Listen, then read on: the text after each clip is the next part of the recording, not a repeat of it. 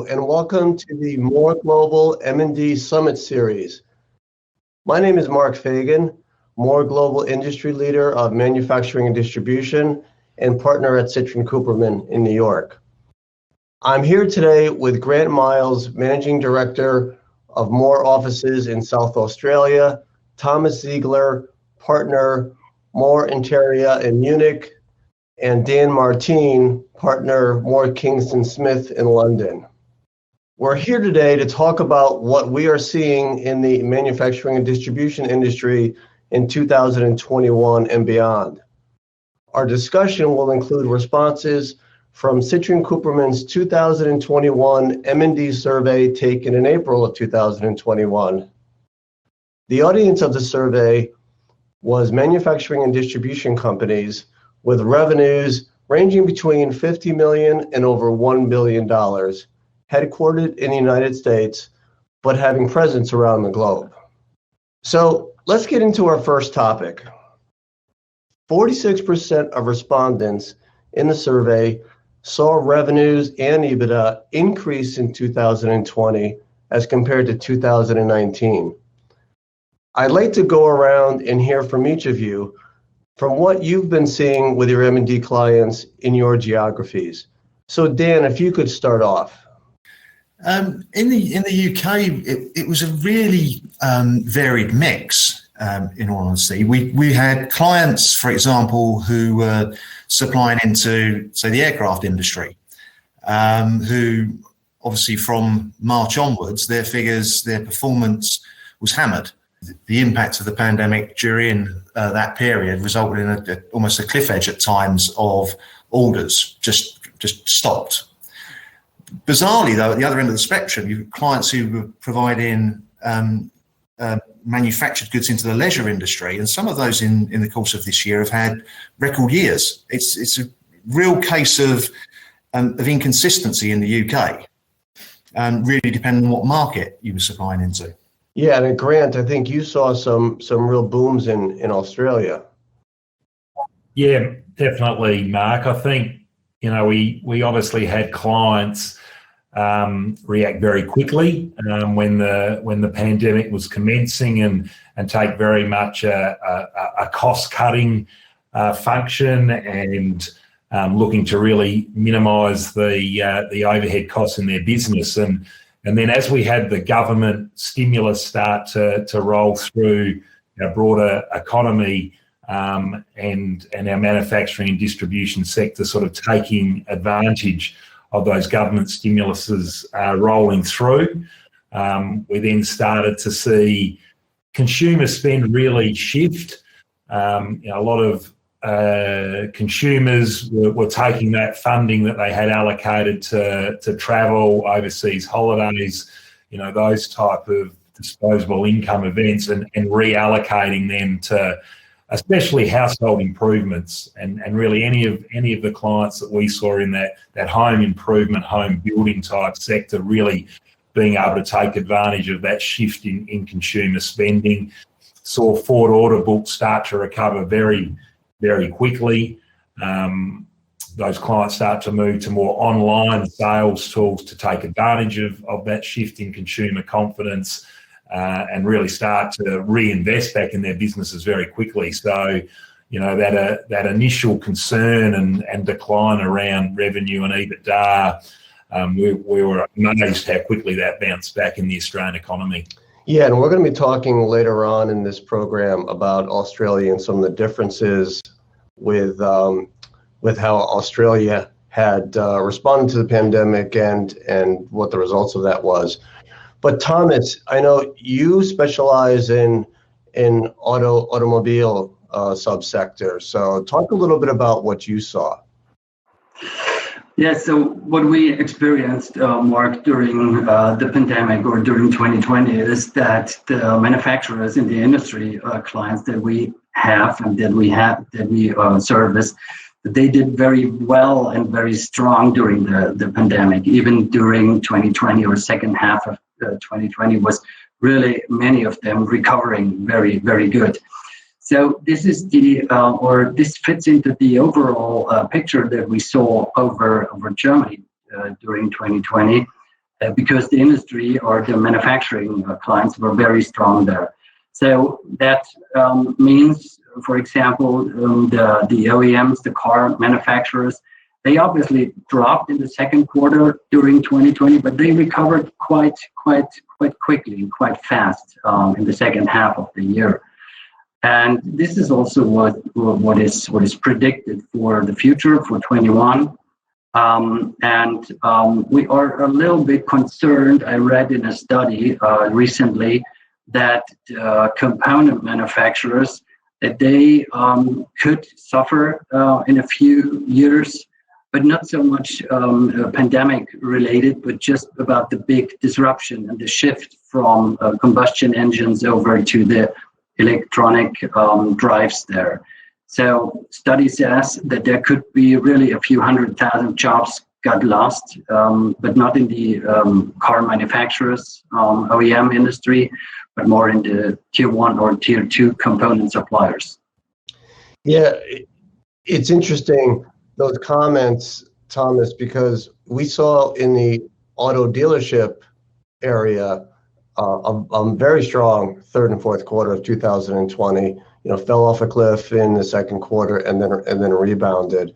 And we are going to talk a little bit about technology and what that's doing with M&D in the future. The industrial 4.0 revolution that's been going on as well. In the States, it was similar. Like you said, it was kind of a tale of two cities, depending on what your end product was, who your end consumer was, and also how well you did in some of these pivots. So I have a specialty chemicals and specialty chemicals distributor. They had just recently acquired a company that provided chemicals for hand sanitation, hand sanitizers. So they did very well. And also, on the other hand, I have a marketing and distribution company that provides products, lighting and other types of products to the theater and movie and TV production, which dropped off precipitously in the second quarter and really had a difficult year for them. But they are starting to rebound as movie productions and TV is coming back, and theater and colleges. They also sold into the college theater. Those started to open back up in 2021. So it was very much a mixed bag for M&D during the pandemic. I want to switch to the next topic, which revolves around a survey of respondents saying that 66% of them introduced new products during the pandemic, and 93% plan on continuing to have those products even post-pandemic. So wanted to talk a little bit about if you've seen that in your territories. Again, Grant, let's start with you. Yeah, look, I think what we saw in that space was particularly from our manufacturing clients, Mark, a shift into the medical supply market. So, in the Australian economy, we were very dependent on our medical supplies coming in from offshore, from overseas manufacturers. And the government, not surprisingly, really encouraged a lot of our manufacturers to shift very quickly into that medical supply market to meet the demand that the pandemic was causing in hospital and the healthcare system. So this very quick shift into new products, new markets. Again, good government support to do that. But what we've found then on the flip side is in Australia, in that we've been able to manage the health risk surprisingly well and have very limited number of cases. Is very quickly those manufacturers that were able to move into that medical manufacturing space, and probably at the peak of COVID were running 2 and 3 shifts and night shifts and weekend shifts to keep pace with the demand. As we've got back on top of those health risks, that demand has slowed. they've sort of been having to cut back those shifts and go back to very much base levels. And it will be quite interesting, I think, in Australia if those manufacturers actually stay in some of those new product spaces or just return to business as usual as we sort of get back to it. I'm sensing that it created a peak or a bubble for those manufacturers, but those bubble and peak had quickly passed. Yeah, it's interesting too when that comes into play when a company tries to sell itself and some of the complications in trying to value a company that's had this big spike. We'll talk about that as well a little later. Dan, what about in the UK? It was a similar experience to Grant. In all reality, there was a swath of manufacturers completely changing their output to meet what was effectively a government demand, which obviously in February last year didn't exist. So you had the peak of masks, respirators, ventilation equipment being the demand. And then that switched as the vaccines have come online into becoming more focused on actually the vaccine productions and the vaccine storage, the sort of vials that the vaccines would be placed in. But at the same time, there's been some real politics in the UK, as there often is. We all know probably the firm Dyson, the vacuum cleaner company and innovative business, that they very early made very passionate advances to the government of we can help. This is our sort of technology. We can help design ventilators and necessary medical equipment. And a year on, we find it being treated as a political toy in that I'd say the opposition parties are trying to score points by some of the routes that were taken, even though Dyson have sort of made it very clear they were not doing this for profit. They were trying to help. And that's frustrating because if you put yourself in the politician's shoes a year ago, you'd do anything to try to make sure your country's got supply of the relevant equipment. And it's been fascinating to watch, but it's been from a manufacturing perspective, how people changed and adapted to try to meet demand that was created. It was a market was created almost overnight. Yeah, and it's the politics were all over COVID in the United States as well, as probably all of you know. What was interesting in the clients that I saw and watched and helped was the ones that had already established sophisticated distribution channels with partners who could really appeal to the masses, whether it be selling through Home Depot or selling through QVC or selling through Amazon, in a significant way. Those were the ones that were in the best position that if they could create a new product that was going to align with the COVID requirement, the COVID needs, then they also had that distribution arm in place to be able to take advantage of it. So one of the biggest ones I saw in my world was this client that they sell compression gear for athletes, but also for physical labor, whether it be for the knees or the elbows or the wrists. And they had a distribution channel through both QVC and Home Depot, and they were able to switch from that to masks and just saw an exponential increase in their sales because, obviously everyone needed masks, and they were able to already had aligned the place to get it out to the consumer, where the consumer saw it very easily. They were going through there and were purchasing their masks and already knew the name. So, yeah, it's very interesting how the efficiency of the distribution channel helps a lot, and we'll talk about that real soon. The next topic is actually something that we wrote about, Dan and I contributed to in a more global white paper this past March called The Big Pivot. In that, we discussed M&D companies changing their business models due to the effects of COVID, also due to the effects of hard Brexit, and as Thomas talked a little bit earlier, technology changes. One of the things that in the States, we've been so caught up over the past year in everything going on in the United States, Brexit has not been front of mind, but Brexit came, right, in January and 21. So talk, if you could, a little bit about the Brexit, where we are right now with Brexit and the effects you're seeing in the UK and Europe. In some respects in the UK, we're so driven by what our media portrays that COVID and the pandemic probably in some respects made Brexit far less of an impact than it would have been without the pandemic. If the media had nothing else to focus on, then Brexit would have been the end of the world, and it would have been negative media all day, all the time in the UK.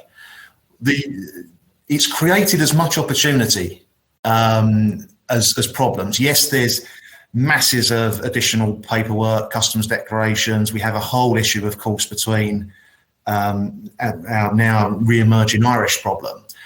But from the manufacturer's perspective, it's created some really peculiar opportunities to reassess their own supply chain.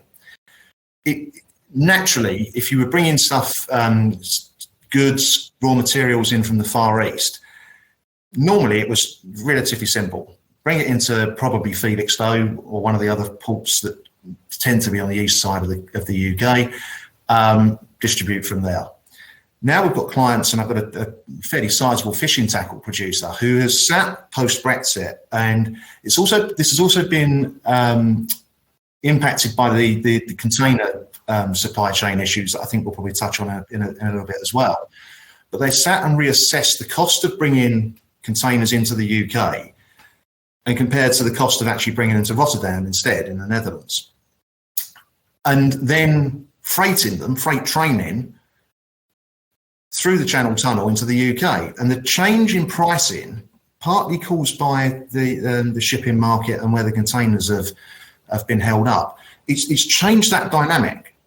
And actually to reassess where and how you deliver goods and how you get them into your factories in the UK, they've actually, a decision that they'd never thought about before, of where is the most efficient, cost-effective, timely way of getting the freight to it or the goods to us, because previously it was natural, it comes into the UK, that's it, it's done. Whereas now actually they've stopped and gone, now it's different, something's changed. And actually people are making a conscious decision to say, no, we won't do it that way. We'll freight it from a European port into the UK. And that's probably a completely unanticipated consequence of Brexit. Yeah, and that's what I've seen with a couple of my clients. For the past 25 years, their European hub, headquarters, if you will, has been the UK. So they gave the exact example you did, where it's more efficient to not go directly into the UK to go around it. So are companies looking to move their European headquarters out of the UK to Germany, to Ireland, to the Netherlands? We're not seeing, certainly in the size of clients we deal with, they're not looking to relocate headquarters. But what we are tending to see now is a reconsidering of what a group structure might need to look like and where you might structure the ownership. Again, it's the same principle. There's been a change. Step back, reassess. What does the new landscape look like? Thomas, sitting in Germany and listening to that,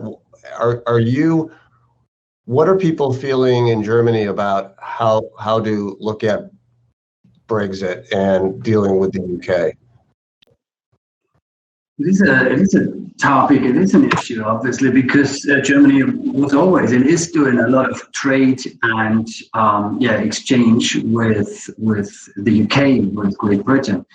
But honestly, there were some other things around that, let's say, so at least let Brexit not become the number one topic there. It definitely relates to a lot of companies that do a lot of trade with the UK.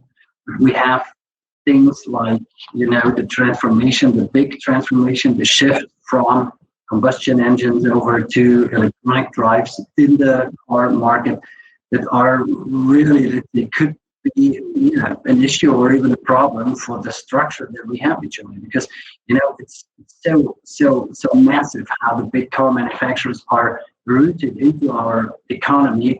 What could really or will trickle down to the tier 1, tier 2 suppliers. So this has the technology change in that, the shift. It has a massive impact on Germany's economy. I'm pretty sure about that. Yeah, and that's something that we talked a bit about that before. Is I guess Volkswagen, you said, is doing a pretty good job with getting ready for the emergence of the electric vehicle. Yeah, that's right. So Volkswagen, biggest car manufacturer in Germany, they decided sometimes ago that they are going to shift fully to electronic drives. So what is a massive decision, I think. And I came across a report from the UBS Bank in Switzerland, and they examined quite closely what happens with Volkswagen there. And they say, the report comes to the conclusion that they are doing quite good and quite well. And they say that the report predicts that Volkswagen could be, together with Tesla, obviously, co-leader in electronic vehicles. And they could achieve that. They say they can achieve that by 2022, so very close. So I'm really curious how that could happen or how that will happen. And I think it's I'm excited to see how that will go, because it is not only a huge transformation and shift for Volkswagen itself, but it will also draw and drag all the industry layers below Volkswagen with them. So this is really exciting to see. Yeah, again, another example of technology just making a huge impact on our sector. Let's talk a little bit about supply chain disruption, because that was top of mind in the Citrin-Cooperman survey. And a few responses that we received from the survey that I'd like to just throw out there, and then we can talk about it. One was product availability and pricing were the top two most important factors in the survey to both customers and suppliers. So, and I think that goes without saying, is the product availability. We had real issues in the United States with that, and still do. In addition, 65% of respondents in the survey have had to change how their products are being sourced. And that's something that obviously can be very complex and very risky. And many of them are looking to change the sourcing they want to, but one of the problems with it is cost to change the sourcing, whatever type of change it's going to be. And we'll talk about, a few. And also 57% of respondents are looking to manufacture more of the products themselves, where they were in the past having that manufacturing outsourced. So let me just jump off with this, because a few things that I saw in my experiences with my clients over the past year, the cost of containers getting product out of China to the East Coast of the US went from $2,500 a container to $7,500 a container. And at the same time, the lead time necessary to book a container went from 10 days to more than 20 days. So price tripled, time to market more than doubled. The sourcing concentrations that my clients have right now is their most significant issue, and it's more significant than maybe customer concentrations. So my clients are looking at supply chain through a different lens and looking to minimize risk, even at the expense of making it more expensive and not as efficient to maybe, let's say, to have everything sourced out of China. So now they're looking to sourcing out of Vietnam, South America, possibly even the States, and also possibly bringing manufacturing in-house. But all of those things create additional risk, while at the same time you're trying to minimize risk, in that if you go from sourcing in one location to maybe 4 locations, you've got to deal with multiple currencies now. You've got to deal with system requirements to handle that procurement in 3 or 4 different places, and that just adds a lot of complexity to the business. So you got to weigh that against what kind of risk you're mitigating with having one source. So that's really what they're struggling with in 2021, and I've already started to make that pivot into some type of mix of reshoring, multiple foreign manufacturing, still outsourced, and even stockpiling inventory for much larger quantities than maybe in the past. So Dan, what do you see in the UK? Is it similar, or are you seeing something different?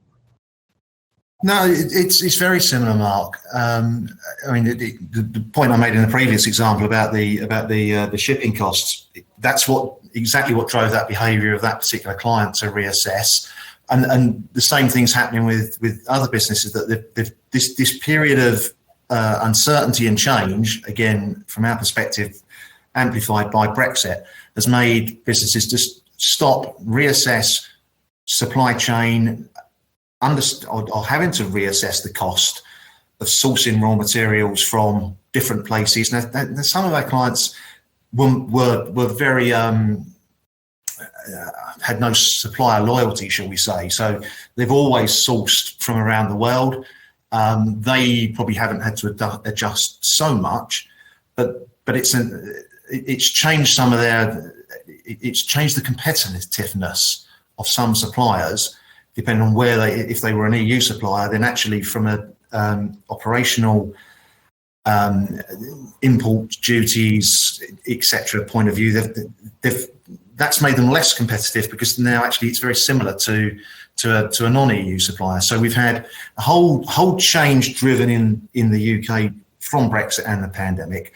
The other thing we're getting a much more focus on now is the green agenda, and I think we're going to see a change begin to accelerate in the UK over the next, certainly the term of this government, which has got another 4 years, I think, to run, in the green credentials and government driving that behaviour, and the green emphasis on manufacturing and the products that are manufactured. I think that's going to become a big change in the UK. Certainly Boris Johnson appears to have a very, very pro-green credentials approach to UK business. And I think that's going to really begin to influence what happens in the UK manufacturing market. Yeah, Biden is obviously more pro-environmental than Trump was.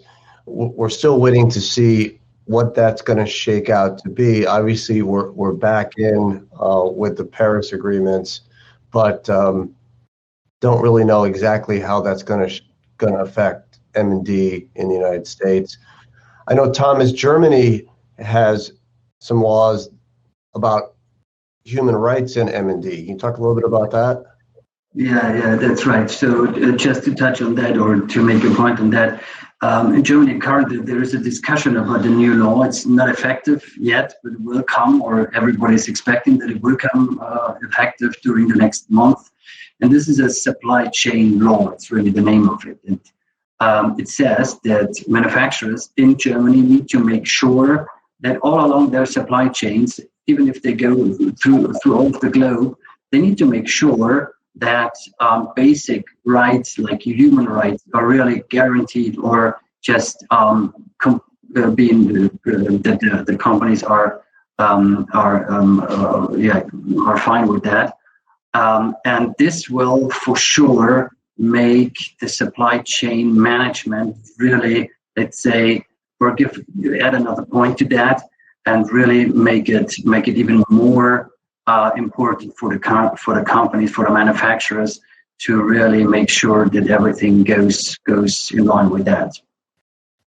We've got a similar piece of legislation in the UK, the Modern Slavery Act, and we're just beginning to see that bite more. It's been around for a couple of years, but there is now more emphasis from the government about making that relevant and actually naming and shaming businesses. So I think, again, similar to the green agenda, the central government beginning to drive policies that are beginning to influence how manufacturers behave and influence what their supply chain looks like and how the supply chain behaves. So Dan, name and shame, would they be advertising who these companies that maybe are not complying? That's a sort of the general policy that our government seems to take at the minute is, yes, you could be penalised for things, but actually the negative PR that can be generated by doing or breaching one of these regulations is interpreted by government that will be more damaging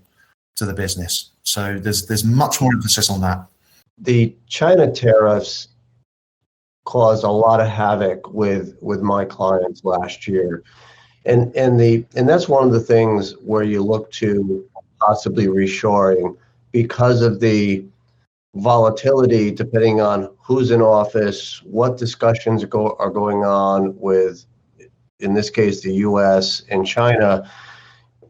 You know, when you've got a significant tariff that gets put on because of politics, that's a big distraction for an owner. So then, you know, my clients worked well with the suppliers and the retailers to smooth out the profitability of a tariff, and then the tariff goes away, and then it gets put back on. It just causes a lot of disruption and time and resources to really what you want to do is maintain a consistent profitability of your product. So it just adds to the fact that business owners have to look at the supply chain and look at it through not just a cost lens but a risk lens, and look at those concentrations and how do you fight that. I know right now in the States there's a massive shortage of chlorine tablets for swimming pools because of a big fire in Texas not long ago. So the cost of everyone's opening up the swimming pools and no one can put chlorine in. So trying to find it is very difficult. So supply chain is very disruptive. It's interesting, Mark.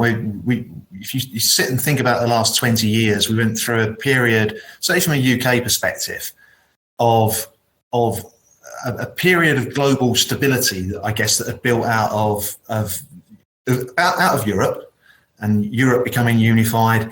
And then we've suddenly come into a period and it's got worse since the financial crisis. And now with COVID, with the stance of China and the Trump-China relationship, the world just feels more uncertain. And as soon as you have that uncertainty there, then it creates the supply chain concern. And another good example that impacted your supply chain was the oil pipeline being hacked over the. And that technological impact, again, if it impacts the supply chain management, and it's as you say, it's so sensitive. Yeah, and so it's it's something that is, again, top of mind with business owners, and I think that there's going to be pivots in the future because of this. So let's switch now to technology, because that was also an important part of our survey. And respondents, almost 60% of respondents are using data analytics to better understand their customers and their customers' buying habits, and to try to use it to anticipate timing and location of where their product is going to be needed so they can get it there in an efficient way, is a lot of what we were just talking about. Dan, what are you seeing as far as your clients using data analytics in a sophisticated way?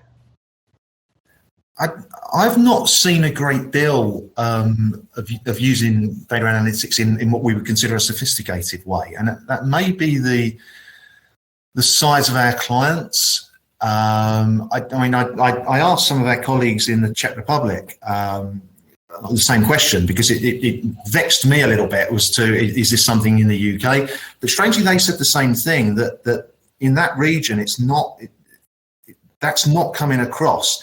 That what they're seeing, and similar to us, is clients investing in their own internal ERP systems, rather than very specific high-level data analytics happening. So interesting. Yeah, it is. And I know we were talking about this as in the previous days preparing for this, and Thomas made an interesting comment. Thomas, do you want to jump in on this and what one of your maybe conclusions is on it? Of course. So then what you said, it's pretty much the same what we can observe. So none of our even larger clients are really doing heavy investments into those kinds of data analytics technology things. And it came to my mind, or I asked myself, why is that? And it could be that they deem that the race could be lost already to the tech giants like Google, Amazon, or companies like that. So that they do not even think about it's worth investing more money into that, because they never can catch up with those tech giants. And evidence for that could be that, Mark, in the survey, you can see that many countries, even a lot of companies, even the larger ones, are selling through Amazon. So this is evidence that they are using the platform and the technology of those tech giants. So that's my point on that. Yeah, I think you're right. And digging into some of the details of the survey, 70% of the respondents are currently implementing tools and processes to improve their data analytics. Another 27% are planning to make the improvements. But once again, if you dig deeper, like you said, Thomas, the larger companies are leading the way. 80% of the larger companies in the survey are currently implementing improvements, and 56% of the smaller companies are planning to, but haven't yet. So I really think a deep understanding of customer behaviors and buying tendencies is critical, especially when you consider the cost to build and maintain a brand and the resources that you dedicate to products. Too often we see management not spending time on products that need to be developed, like products in the future, or not spending as much time on the profitable products to maybe try to push those and expand the distribution of those. But they tend to concentrate on the problem products, which a lot of times the problem products, they have profitability problems, and that's what's making them an issue. Does it really make sense to spend those resources on unprofitable products, and maybe you just can't do anything about them? So if we look at the biggest and most successful companies, innovation is always top of mind for them, as well as a constant evaluation of their products and if those products deserve company resources. Now, I truly believe that data analytics is going to help those type of analysis occur, even in smaller companies. And there are bolt-on software solutions that can go onto existing ERP systems for the smaller companies. And I think you're going to see that in the future. I do think you're going to see more of these middle market, $250 to $500 million revenue clients using sophisticated data analytics. I hope so anyways.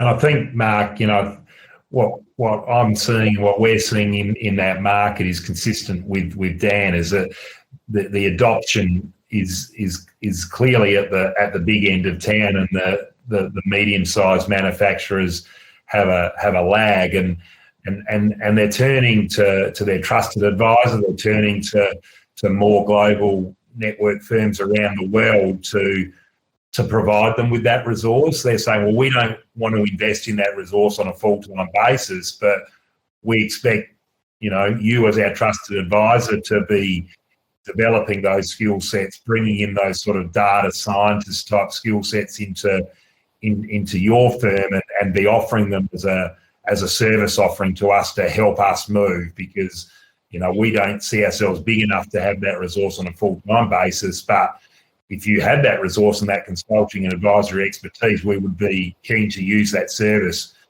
from our more network firms. Yeah, I agree. Like, we've got a business transformation group, and they use bots. They use a fair amount of sophisticated tools and techniques to help our clients really understand their profitability at the deepest level. So, just want to talk about exit strategies. So 42% of the survey respondents said that they were going to consider selling their businesses within the next 3 years.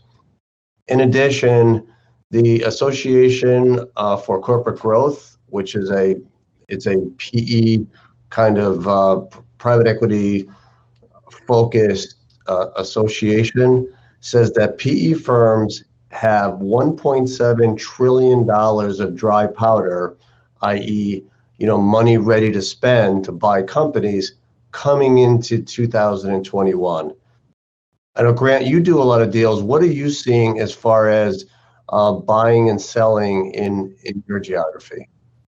Yeah, so as we've talked about, with the strength of the economy returning so quickly, and so many of our corporates and private equity funds being cashed up. So as you talked about, Mark, holding significant amounts of cash that they're looking for a return.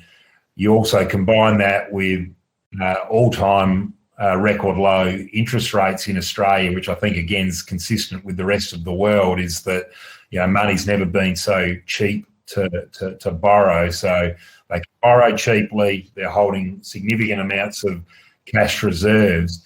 And all of a sudden they need to look to areas to deploy it, because they don't get return on it sitting in a bank account. So, since we've come back in the new year, since Christmas, the M&A activity that we're seeing is ramping up at incredible rates. And we're not just seeing it from the private equity M&A investment, we're seeing it from corporates as well. So, corporates with very strong balance sheets, looking to grow their business, and similarly being very active in the market, and really competing head to head with the private equity funds for the purchase of quality assets, and hence pushing up the multiples and pushing up the prices of those good businesses. Yeah, and Dan, I think you've been involved in some deals in the past 12 months. Yeah, we as a firm, we released a paper in relation to 2020 and where the deal flow was coming from, who the investors were in UK companies, what the source of funds were, and clearly 2020 had been a difficult year, but the thing that did stick out was that private equity had remained and had grown its relevant proportion of the deals. And echoing Grant's point there, that the cost of cash is so low at the minute that it's, and tie that in with what looks like a very quick economic rebound for the UK from the start of Q1 2021. I think we're in the same sort of place, that actually there's going to be substantial activity increasing during the course of 2021, and private equity are going to be a key player in that, along with same mirroring Grant exactly, with corporates as well. who have got the access to the same cheap funds. And I just think it's going to be an interesting market for the rest of this year. Yeah, we see the same thing. 2021, we have a transaction advisory service headed up by Sylvie Gadant, and she has been, it fell off in the second quarter of 2020, but third and fourth quarter, it ramped up significantly, and 2021 is off to a great start. I was involved in several deals during 2020, most with private equity. The enterprise values range between 9 and 12 times EBITDA, so the stakes were really high. Quality of earnings reports were crucial in all of these deals. We have sell side quality of earnings reports and buy side, as well as the extensive calculations setting the working capital targets. And the stakes were high, so the intensity was high, and a lot of very very tough negotiations around definition of EBITDA, definition of working capital, and that's when you really need to have the right advisors around you to make sure that you as a business owner are getting a good deal, whether it's on the buy side or the sell side. But one of the things that we get involved in, and I get involved in a lot before all that happens, is to prepare the company for sale and to maximize their enterprise value. And we have a structure in place for it. We call it the business evolution pyramid. I use it as a guide as I really work with the owners and middle leadership team of a client to try to maximize their enterprise value. And we think of the pyramid as something that it includes crucial components of a successful and sustainable business.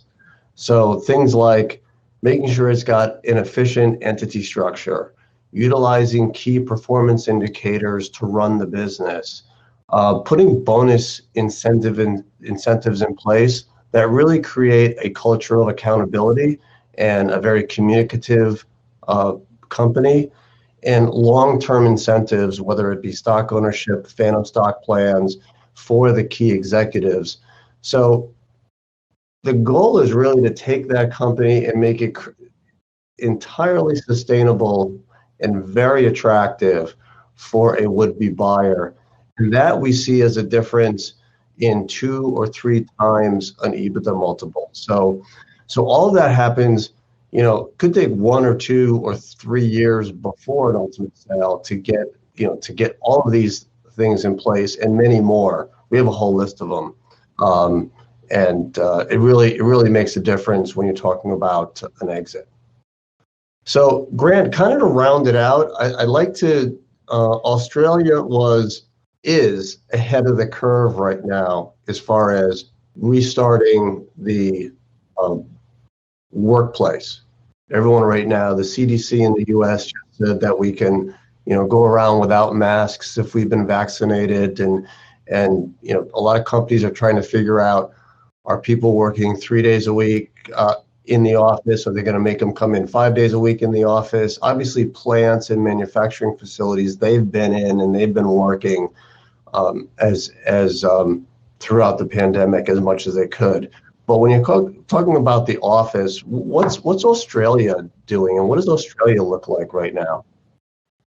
Yeah, so I think we were lucky in that we're an island and we were able to shut down borders very quickly to be able to control the pandemic. So from a sort of shut of the workplace, the bulk of the Australian economy sort of went to a work from home roster for about 6 weeks. So late April last year to early June last year was really about a 6-week period. Some locations a little longer, but in general, it was a 6-week work from home period. And 1 July last year, the bulk of the workforce was able to be back in their place of work. So, we're nearly coming up to 12 months, being back in the office, and very much business business as usual, which is, obviously really, really, really positive. And we had our sort of update of our economic factors from our federal budget last week, and